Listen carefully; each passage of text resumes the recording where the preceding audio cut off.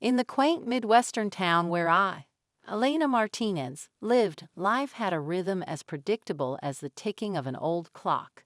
But ever since my mother passed away, that rhythm had been disrupted by the uninvited intrusions of two people: my mother-in-law, Helen, and my sister-in-law, Rachel. They had a knack for appearing at my doorstep just when I craved solitude the most. "You know, Elena, it's quite rude to keep us waiting at the door," Helen would say, her tone dripping with passive aggression. I could see Rachel smirking beside her, her eyes scanning my living room like a hawk. "Sorry, I wasn't expecting anyone," I'd reply, my voice strained with forced politeness.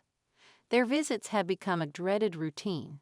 Each time they arrived, they expected to be entertained and catered to, as if they were royalty and I a mere servant in my own house. "We're just here to keep you company, dear. You must be so lonely without your children," Helen would chide, settling herself comfortably on my couch. Rachel would follow suit, lounging as if she owned the place, and then would come the most irksome part. "Elena, why don't you order us some steaks?"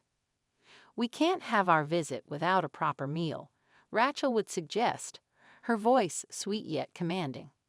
"But it's almost 4 o'clock p.m., I would protest weakly. Helen would wave her hand dismissively. "Nonsense, dear. It's never too late for a good meal. And make sure it's from that expensive place downtown. We deserve a treat, don't we, Rachel?" As I begrudgingly placed the order, watching the numbers on the bill climb, I felt a mix of anger and helplessness. These steak dinners were bleeding me dry, yet I couldn't muster the courage to stand up to them. It was a financial strain I could ill afford, but Helen and Rachel seemed oblivious to my plight. What made it worse was my husband, Michael's indifference. Whenever I tried to discuss the matter with him, his responses were dismissive at best. "Their family, Elena. It's just a few steaks. Don't make a big deal out of it," Michael would say, avoiding my gaze. "But it's every day, Michael. And it's not just about the money. They're taking advantage of our hospitality." I would argue, my frustration evident. "Elena, they mean well. You're overreacting." He would conclude, effectively shutting down any further discussion. This pattern continued for 2 long years. 2 years of unannounced visits, expensive meals, and a growing sense of resentment. It felt like I was trapped in a cycle with no escape. But little did I know, the real storm was yet to come, a storm that would change everything. The routine continued, each day blending into the next with Helen and Rachel's unrelenting visits. However, one evening as the sun dipped below the horizon, casting long shadows across my living room, Michael came home with a look on his face that spelled trouble. "Elena, we need to talk," he said, his voice unusually stern. Sensing the gravity in his tone, I braced myself. "What is it, Michael?" He took a deep breath and without any preamble, dropped the bombshell. "My parents and Rachel's family are moving in with us next week. You need to clear out your room." I felt the room spin around me. "What? Michael? This is our home. You can't just decide that without discussing it with me." Michael's expression was cold, unyielding. "It's decided, Elena. They need a place to stay, and it's high time we do our part for the family. But where am I supposed to go?" My voice cracked, a mix of disbelief and hurt swelling within me. "You figure it out. Maybe you can stay with a friend," he said dismissively. This was my family home, passed down to me from my parents. To be told I had no place in it was more than just an insult. It was a betrayal of the worst kind. I stood there numb as Michael continued. "You're always complaining about Helen and Rachel. This way, you won't have to deal with them anymore." His words were like daggers, each one cutting deeper than the last. I realized then that the man standing before me was not the Michael I had married. He had become a stranger, one who valued his family over his wife. As Michael walked away, leaving me standing alone in the dimly lit room, a fire ignited within me. Yes, a fire of anger, but more than that, a determination to stand up for myself. "I'll clear out the house," I said, my voice steady despite the turmoil inside me. "But not in the way you expect." Michael paused, turning back with a smirk. "I thought you put up more of a fight. But if you're being sensible for once, that's good. He didn't understand. He couldn't see the resolve that had taken hold in me. For years, I had been the dutiful wife, bending over backward to accommodate his and his family's whims. But not anymore. The next morning, as Michael left for his business trip, I took my first step towards freedom. I picked up the phone and dialed a number I had found the night before. My voice was calm, my instructions clear. Yes, I'd like to schedule a pickup for all my furniture and appliances, I said, a sense of empowerment growing with each word. And I need it done before the end of this week. As I hung up the phone, a sense of exhilaration washed over me. It was the beginning of my revenge, a plan meticulously crafted to turn the tables on those who had wronged me. Michael thought he had won, but he was gravely mistaken. The house would be cleared out, yes, but it would be empty for him and his precious family. I was taking back control, one step at a time. The next few days were a whirlwind of activity. I coordinated with movers, arranged for the sale of furniture, and secretly packed my personal belongings. Every item that held sentimental value to me was carefully boxed up, ready to be transported to my new temporary refuge, my son's apartment in the city. As the movers worked, the house began to echo with the emptiness of its soon-to-be barren rooms. Each piece of furniture that left the house felt like shedding a layer of the life I had built here, but with it, a weight lifted off my shoulders.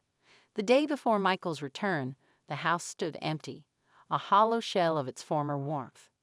I took one last look around, memories flashing through my mind. But this was no time for nostalgia. It was time for retribution.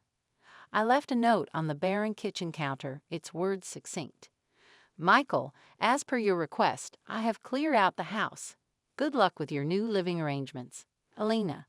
With that, I turned my back on the life I had known and headed to the city, a mix of apprehension and excitement for what lay ahead. Upon arriving at my son's apartment, his welcome was warm but tinged with concern. "Mom, are you sure about this?" he asked, his brow furrowed. "I've never been more certain," I replied, my resolve unwavering. That evening, as anticipated, my phone rang. It was Michael, his voice a cocktail of confusion and rage. "Elena, what the hell have you done? The house is empty." "Yes, Michael, you said to clear out my room." I took it to mean the entire house. I responded coolly. "That's not what I meant, and you know it. Where are you? What about all our stuff?" "I've taken what's mine. The rest is for you to figure out," I said, a sense of satisfaction creeping into my voice. "You can't do this to us." Michael's voice cracked with desperation. "Funny. I thought the same when you decided to kick me out of my own house," I retorted. The line went silent for a moment before Michael hung up. I knew this was just the beginning, but it was a start to taking back my life and dignity. Sitting in the quiet of my son's apartment, I realized this was more than just revenge. It was a statement. A statement that I was no longer the Elena who would be walked over and disregarded. This was a new chapter, one where I would be the author of my own story. The next morning, the gray light of dawn filtered through the curtains, bringing with it a sense of anticipation. My phone rang, the caller ID flashing Michael's name. I answered, bracing myself for the onslaught. "Elena, you've got to come back." "This is madness." Michael's voice was a mix of anger and disbelief. "I'm not coming back, Michael. You made it clear I wasn't wanted." I replied, my voice steady. "You can't just sell all our things and leave." "What about us? What about our marriage?" The desperation in his voice was palpable. "Us? Our marriage?" I scoffed. "That ended when you chose your family over me in my own home." There was silence on the other end. I knew I had hit a nerve. It was then that I revealed the full extent of my actions. "Also, Michael, I've started the process of selling the house. As you so eloquently put it, it doesn't matter who it originally belonged to." "You can't do that, Elena. It's my home too." His voice was rising in panic now. "Not anymore, Michael. And since you're so concerned about family, I'm sure Helen and Rachel can help you find a new place." The line went dead. I knew this wasn't the end of it, but for the first time in years, I felt in control of my destiny. Later that day, Rachel called, her voice dripping with venom. "You backstabbing witch. How could you do this to us? Where are we supposed to go?" "The same place you expected me to go," I replied coldly. "You and Helen were so eager to take over my home. I'm sure you can figure something out. You'll pay for this, Elena. You think you're so clever, but you're nothing without us," Rachel hissed before hanging up. Their threats and pleas continued over the next few days, but I remained resolute. I had spent too many years being manipulated and undermined.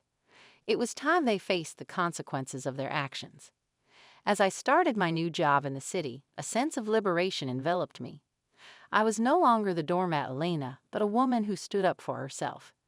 The drama and chaos of my past life felt like a distant memory as I embraced this new chapter. In the end, my revenge wasn't just about emptying a house or selling off property. It was about reclaiming my self-worth and dignity.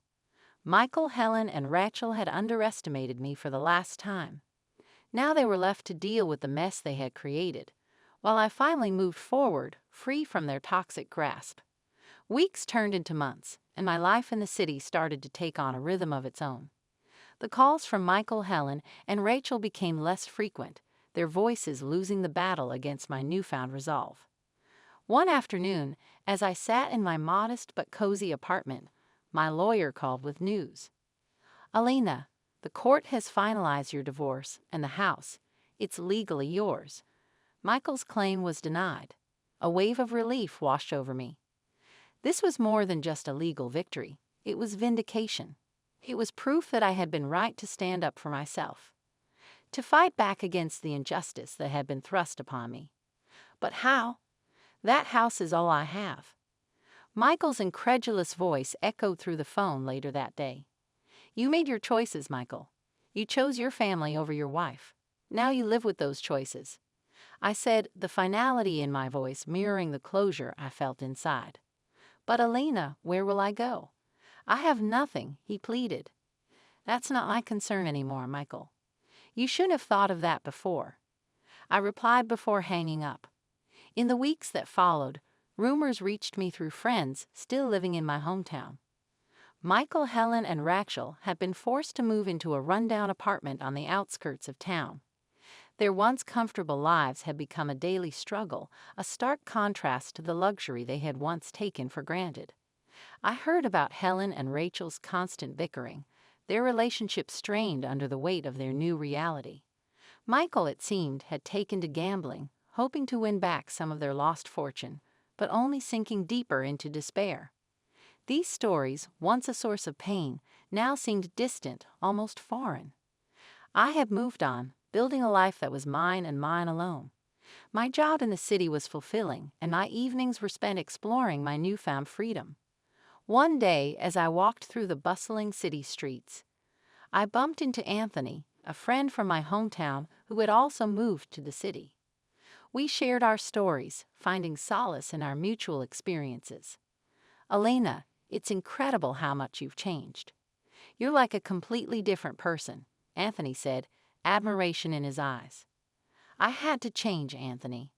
It was the only way to save myself," I replied, a smile playing on my lips. As we talked, I realized that Anthony and I had more in common than our past. We both had been through trials that had shaped us, made us stronger, and in that strength, we found a connection. Life had taken me on a journey I never expected.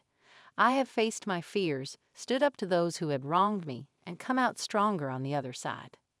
My story was one of transformation, of a woman who reclaimed her life from the ashes of her past. And as I looked ahead, I knew that whatever the future held, I was ready for it. With my head held high and my spirit unbroken, I stepped forward into my new life, a life where I was the author of my own destiny.